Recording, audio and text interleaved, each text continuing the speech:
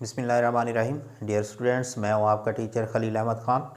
आज हम chapter number 8 start करने लगे हैं और इसका फर्स्ट टॉपिक है हीट एंड टेम्परेचर। उम्मीद है कि आपको ये टॉपिक समझ में आ जाएगा, तो इस वीडियो को लाइक, सब्सक्राइब और शेयर लाजमी कीजिएगा। तो चलते हैं हम अपने टॉपिक की तरफ, टेम्परेचर एंड हीट। सबसे पहले देखते हैं कि टेम्परेचर क्या होता है। आपने देखा होगा कि आम रूटीन में जब हम किसी ठंडी चीज़ को पकड़ते हैं, जैसे बर्फ़ को पकड़ते हैं, तो उसमें क्या होता है, हमें ठंडक का एहसास होता है। इसी तरह ही अगर हम हीटर के सामने अपना हाथ ले जाएं तो वहाँ पे क्या महसूस होता है, हमें हरारत महसूस होती है। ये खसूसियत किसी भी जिस्म की कि वो कितना ठंडा है या कितना गर्म है, उस चीज़ का टेम्परेचर कहलाता है। यानी कि किसी जिस्म का गर्म होना या किसी जिस्म का ठंडा होना, ये उसकी खसूसियत है। तो हम इसको यूँ डिफ़ाइन कर सकते हैं, the temperature is the degree of hotness and the coldness of the body. यानी कि दर्जा हरारत वो खसूसियत है जिसमें कोई जिस्म कितना ज़्यादा गर्म है या कितना ज़्यादा ठंडा है, वो हम मालूम कर सकते हैं।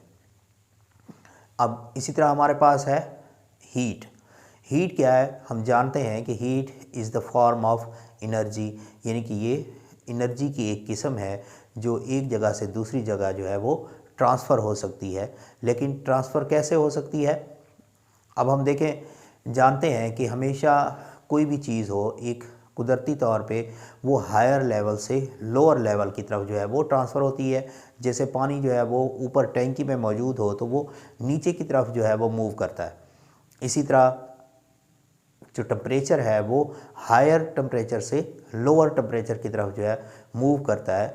तो हरारत एनर्जी की वो किस्म है जिसमें एनर्जी जो है वो एक हायर टेम्परेचर बॉडी से लोअर टेम्परेचर बॉडी की तरफ जो है वो मूव करती है।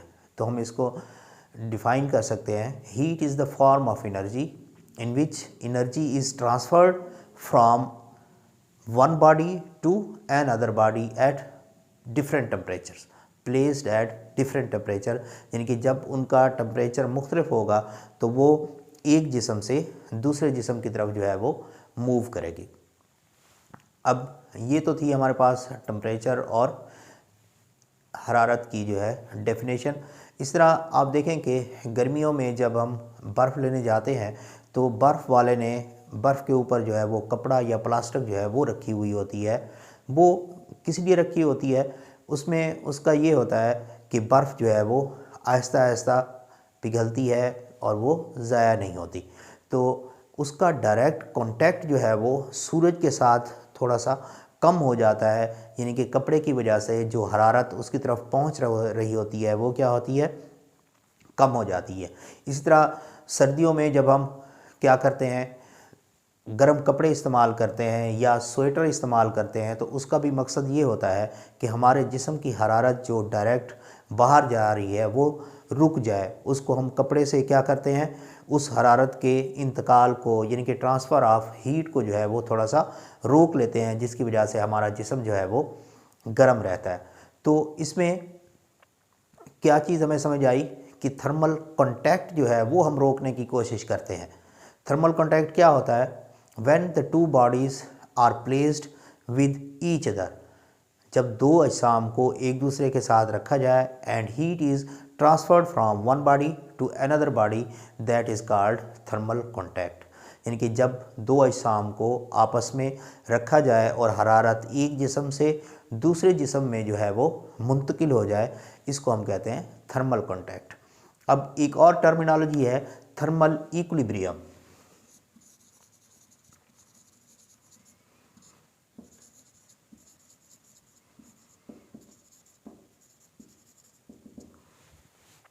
जैसा कि नाम से ज़ाहिर है, थर्मल का मतलब होता है हरारती और इक्विलिब्रियम का मतलब है तवाज़न, यानी कि हरारती तवाज़न। अब ये किस वक्त होता है, देखें, जब हम कोई चाय का कप अपने कमरे में रखते हैं तो वो थोड़ी देर के बाद आहिस्ता आहिस्ता जो है वो ठंडा हो जाता है। लेकिन क्या वो बर्फ़ बन जाता है? अब हीट उससे ट्रांसफ़र होती जा रही है तो उसको मुकम्मल तौर के ऊपर क्या हो जाना चाहिए, बर्फ़ बन जाना चाहिए।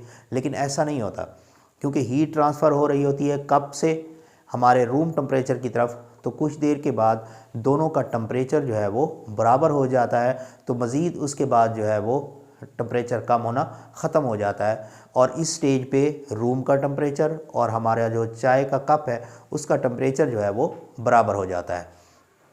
तो ऐसी कंडीशन या ऐसी हालत जिसमें दो अजसाम का जो आपस में कांटेक्ट में हैं उनका दर्जा हरारत जो है वो टेम्परेचर एक दूसरे के बराबर आ जाए, इस कंडीशन को हम कहते हैं thermal equilibrium. The condition at which the temperature of two bodies become equal to each other, ऐसी हालत जिसमें दो अजसाम का दर्जा हरारत जो है वो एक दूसरे के बराबर हो जाता है, इसको हम कहते हैं थर्मल इक्विलिब्रियम।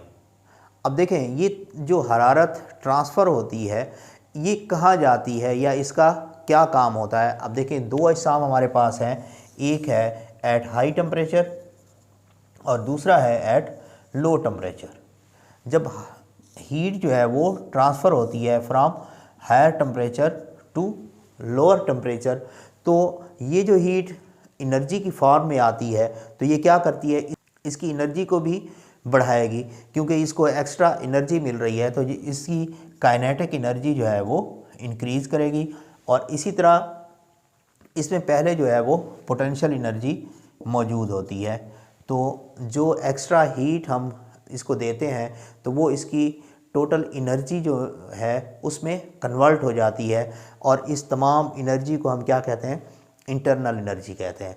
तो जो हीट हम किसी भी जिस्म से दूसरे जिस्म में मुंतकिल करते हैं या ख़ुद ब खुद मुंतकिल होती है तो वो उसकी इंटरनल एनर्जी को जो है वो इंक्रीज़ करती है। और इंटरनल एनर्जी क्या होती है, the sum of kinetic energy and potential energy is called internal energy.